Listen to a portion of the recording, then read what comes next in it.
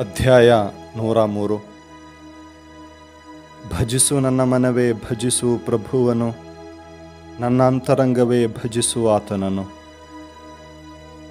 ನೆನೆ ಆತನ ಪರಮ ಪಾವನ ನಾಮವನು.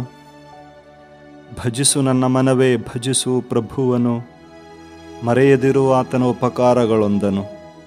ಮನ್ನಿಸುವನಾತ ನನ್ನ ದೋಷಗಳನ್ನು, ವಾಸಿ ಮಾಡುವನು ನನ್ನ ರೋಗಗಳನ್ನು. ಉಳಿಸುವನು ಪಾತಾಳದ ಕೋಪದಿಂದ ನನ್ನನ್ನು, ಮುಡಿಸುವ ನನಗೆ ದಯದಾಕ್ಷಿಣ್ಯದ ಮಕುಟವನು. ಒಳ್ಳೆಯವುಗಳಿಂದ ತುಂಬಿಸುವನು ನನ್ನ ಜೀವಮಾನವನು. ಪುನರುಜ್ಜೀವಗೊಳಿಸುವನು ಗರುಡನಂತೆ ನನ್ನ ಯೌವನವನು. ಸಾಧಿಸುವನು ಪ್ರಭು ನ್ಯಾಯ ನೀತಿಯನು. ದೊರಕಿಸುವನು ಶೋಷಿತರಿಗೆ ನ್ಯಾಯವನ್ನು. ತೋರಿಸಿದಾತ ತನ್ನ ಮಾರ್ಗವನ್ನು ಮೋಶೆಗೆ, ತನ್ನ ಮಹತ್ಕಾರ್ಯಗಳನ್ನು ಇಸ್ರಾಯೇಲರಿಗೆ. ಪ್ರಭು ದಯಾಳು, ಕೃಪಾಪೂರ್ಣನು, ಸಹನಶೀಲನು, ಪ್ರೀತಿಮಯನು. ಆತನು ಸದಾ ತಪ್ಪು ಹುಡುಕುವವನಲ್ಲ, ನಿತ್ಯ ಕೋಪ ಇಟ್ಟುಕೊಳ್ಳುವವನಲ್ಲ.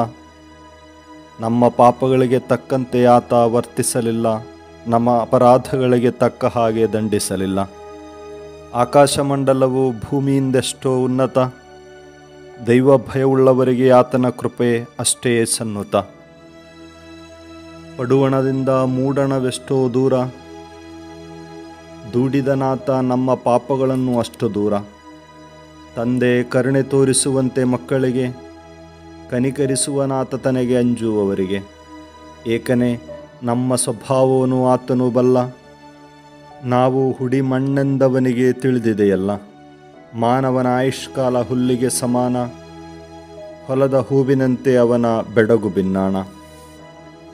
ಬಿದ್ದು ಹೋಗುವುದಾ ಹೂವು ಗಾಳಿಯ ಬಡಿತಕ್ಕೆ, ಅದರ ಗುರುತು ಇರದಲ್ಲಿ ಮರಳಿ ನೋಡಲಿಕ್ಕೆ. ಭಯಭಕ್ತರಿಗೆ ಪ್ರಭುವಿನ ಪ್ರೀತಿಯಾದರೋ ಯುಗಯುಗಾಂತರಕ್ಕೂ, ಅವರ ಮಕ್ಕಳ ಮಕ್ಕಳಿಗೆ ಆತನ ನೀತಿಯು ತಲತಲಾಂತರಕ್ಕೂ.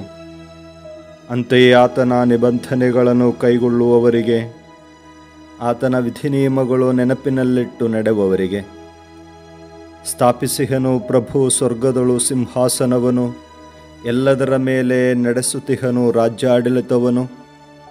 ಭಜಿಸಿರಿ ಪ್ರಭುವನು ದೇವದೂತರುಗಳೇ, ಆತನ ಅಣತಿ ಪಾಲಿಪ ಪರಾಕ್ರಮಿಗಳೇ. ಆತನ ನುಡಿಯಂತೆಯೇ ನಡೆಯುವ ಜನಾಂಗಗಳೇ, ಪ್ರಭುವನ್ನು ಭಜಿಸಿರಿ ಆತನ ಸೇನೆಗಳೇ. ಭಜಿಸು ಪ್ರಭುವನು ಓ ಎನ್ನ ಮನವೇ, ಭಜಿಸಿರಿ ಪ್ರಭುವನು ಆತನ ಸೃಷ್ಟಿಗಳೇ, ಆತನ ಅಧಿಕಾರದಲ್ಲಿ ಸಕಲ ವಸ್ತುಗಳೇ. ಭಜಿಸು ಪ್ರಭುವನು ಓ ಎನ್ನ ಮನವೇ.